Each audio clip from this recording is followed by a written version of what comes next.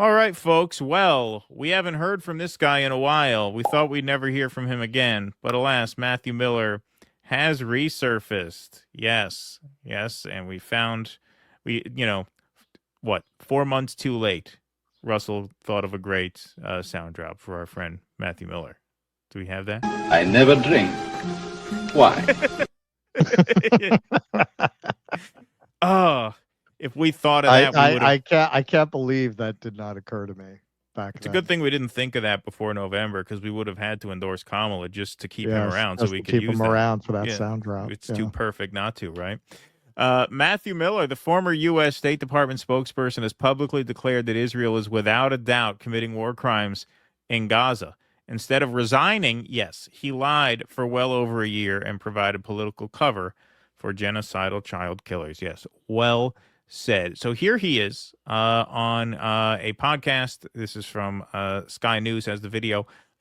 This is him admitting that, yes, Israel certainly committed war crimes. Gaza now is a genocide? I don't think it's a genocide, but I think I wouldn't go as far as to say genocide, because that makes me feel a little too guilty for having promoted it for a year and change. But war crimes, yeah. What's going on in Gaza now is a genocide? I don't think it's a genocide, but I think I think it is without a doubt true that Israel has committed war crimes. You wouldn't have said that at the podium. Yeah, look, because when you're at the podium, you're not expressing your personal opinion. You're expressing the conclusions of the United States government. The United States government has. So I was just lying. So I was lying because that's my job. You're a mouthpiece. Right. My job was to lie, and so I decided to do my job, which was to lie and provide cover for, as that tweeter said, genocidal child killers. 3 State Department officials resigned, which we'll get to in a few minutes. It was that or a gig with Big Tobacco. Right, exactly, yes. Had not concluded they've committed war crimes, still have not concluded that.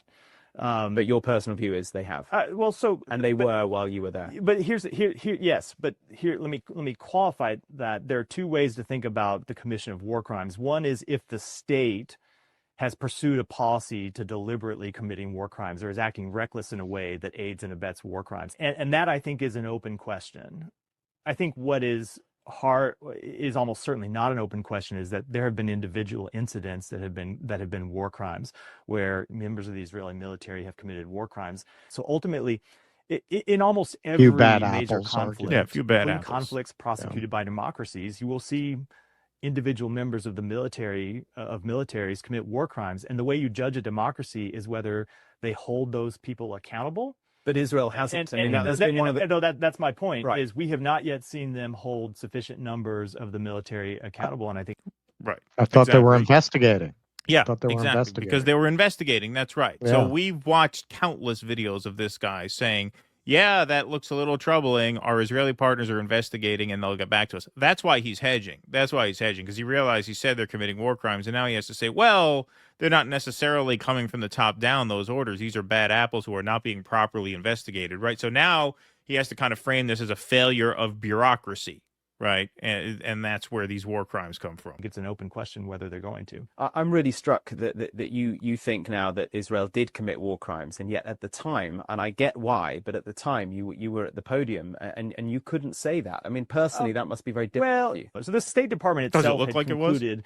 Not in these, they didn't phrase it in these terms, but I think I did at the podium a few times. Had concluded that it was likely that Israel had committed war crimes. No. That is such a load of bullshit. The State Department never said it was likely, and certainly those words never came out of your mouth. They never came out of you never once said this was likely a war crime. That is just absolute nonsense. Well, I didn't say that, but my associate, I think you all call him Fat Sagar in the media. I think he said something like that. Something or he was like thinking that, about maybe. He was thinking about it. Yeah, he wanted to say it. I might be thinking of something he said at lunch, just between the 2 of us. Yeah. But I think I did at the podium a few times. Had concluded that it was likely Israel had committed war crimes. But I do think it's almost certain that they have. Wow. Wow, wow. Hey, this is kind. Hey, how many different organizations can watermark the same video? You had Sky News, Trump 100. I think it is Trump 100 because that's in the set. But then you had Dropsite with the logo there. So let's just say we're not going to litigate this all day, folks. But Theo says this sick fuck spent over a year smirking at the suggestion that Israel was committing war crimes in Gaza. He's just trying to cover his own ass now that liberals are starting to admit it too. So here he is doing just that. The Lancet group report, it's a medical magazine, British medical magazine, that estimated the deaths as a result of the war in Gaza to be 186,000. I've seen the report, and I will just say whatever the number of civilians that have actually died as a result of this conflict, we know that it's far too many. Are you concerned that the figures could be far more staggering than what we've seen published by, let's say, the Ministry of Health in Gaza? The death toll could very well be more. We know there are potentially people who are under rubble who have not been counted. But it goes to the point I was making. Whatever the number is, the reported number already is far too high. Reported number already is unacceptable. The number of civilian deaths. So, of course, something higher than that would just be further tragedy. But we long ago passed the stage where this has been a horrific human tragedy for some time. Smirking. You're smirking as you say that. Go ahead with it. You are smirking as you say that. Are you aware? It's because I know I'm lying. It's because I know I'm lying. Exactly. That's why he's I smirking. never drink. Why? That's why he's smirking. He's smirking because he Wearing knows his he's hair lying. like that. Yeah.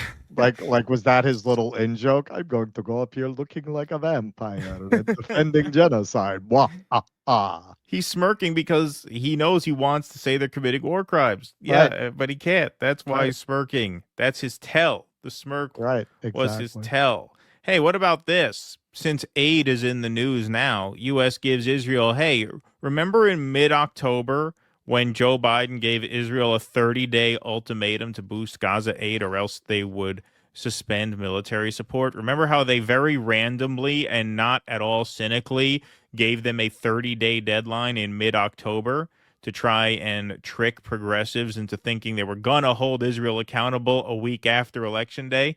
Funny how they would give them a 30-day deadline from mid-October to mid-November with Election Day in the middle. That wasn't cynical at all. Of course not. And if you don't believe me, let's watch Matthew Miller. Look, you've got 30 more days to starve people to death. That's not unreasonable. Yeah, exactly. Let's hear Matthew Miller's very sincere take on that ultimatum.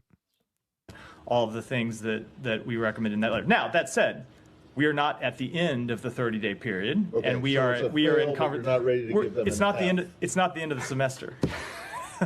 You don't hand out grades. Wow, that's an actual laugh. That's not even a smirk. That's actually a laugh. It's not the end of the semester, meaning, okay, so this was mid-October. This was the end of October, halfway through that 30-day ultimatum period.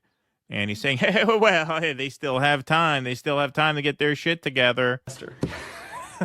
You don't hand out grades in the middle. I suspect that the levity is a little bit inappropriate. But look, you guys say they haven't done enough, so it's a fail. We are not at the end of where we are able to make an assessment. But I can tell you, the situation has not been good enough for some time, and the situation has not improved sufficiently in the 21, 22 days, whatever it is, since we sent that letter. But they had until 30, and then they were going to be held accountable, right? That was checks notes November of last year. And, of course, one of the last things we heard from Matthew Miller before his exit was from our friend Max Blumenthal, who on January 16th posted this to Twitter. My final words for Tony Blinken, Secretary of Genocide, and his smirking press secretary, Matt Miller. 100 reporters in Gaza were on the receiving end of your bombs. Why did you keep the bombs flowing when we had a deal in May? We all knew we had a deal. Everyone in this room knows we had a deal, Tony, and you kept the bombs flowing. Why did you sacrifice the rules-based order on the mantle of your commitment to Zionism? Why did you allow my friends to be massacred? Why did you allow my friends' homes in Gaza to be destroyed when we had a deal in May?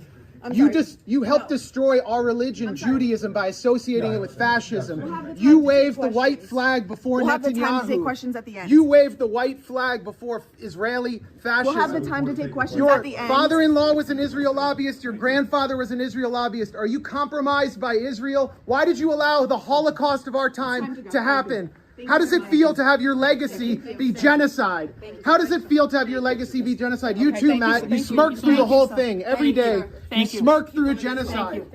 You too, Matt. That's the last we heard from Matt Miller. Genocide. You too, Matt. You smirk through the whole thing every day. You smirk through a genocide. Thank you. I'm sorry. I have to get to a lunch with the Wolfman and the Mummy. Yeah, exactly. Yes. So good for Max there, and it's true. He smirked through the whole thing, and now 4 months later, he's coming out and saying, well, you know, I was only representing the administration. I mean, yeah, I was saying things that ran counter to my personal opinions and my personal beliefs, but it wasn't my job to express my personal opinions. It was my job to lie for Antony Blinken, which is fair enough, except you did have another option, which was exercised by several of your colleagues at the State Department, like Josh Paul, who resigned. First high-profile resignation. What about Stacey Gilbert, who resigned after the State Department falsified a report absolving Israel on Gaza aid? They whitewashed the findings that Israel was preventing aid in, and she resigned. Tired of writing about dead kids, why a U.S. State Department worker resigned over Israel-Gaza policy, Mike Casey, one of only 2 people explicitly focused on Gaza, left over inaction and doing, quote, what the Israelis want. So those are 3 State Department colleagues. Overall, 12 Biden administration officials resigned over his policy towards the Israel-Gaza war. So the idea that Matthew Miller's just simply had to keep that gig. Oh, yeah, this wasn't my opinion, but it was my job to lie for genociders. Well, you know what I would do if it were my job to lie for genociders? I would quit. Like if I signed up to be a spokesperson for the State Department, thinking, okay, this is going to be fairly run-of-the-mill stuff, and then they say, okay, now you have to go out, and when the reporters ask you about massacre 99, 100, and 101 of the last few weeks, you have to tell lie 99, 100, and 101 about how we don't know exactly what happened here and we're going to trust our Israeli partners to investigate. If your job was to go out there and do that every single day, if I found out that was the job, I would quit the job. Matthew Miller, no doubt, he's got a resume that got him to that place, which means he's got a resume that'll take him somewhere else. You don't have to do that gig. You do not have to do that gig. He chose to do that gig every day, so there's no redemption for him, so he can fuck off with all of that. My light fell.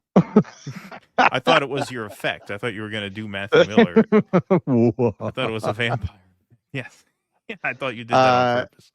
Yeah, no, these people are scum of the earth. And you know, if you look at Matthew Miller's smirk and then you look at what he said in that interview, which I think most people in his position would not even say that even after, like, oh, mask off. Yes, of course I was lying on behalf of the administration. Most of them won't admit that. You know, Capitalist Realism, the book, it talks a lot about this. The idea of people processing the immorality of the capitalist system by conveying an ironical relationship to it, as if in some way that makes you not of it or above it, right? Yeah, well, you know, that's what we do in this society. I gotta go make my money, right? And now you're not really a capitalist, right? Because you're in on the joke, right? It seems like that's the way that he dealt with having a job like that. That's why he's smirking. He knows it's a joke. It's all a joke. That's his posture, right? Yeah, of course it's a lie. But I'm not really a liar because I have an ironical relationship to my own deception. Please clap.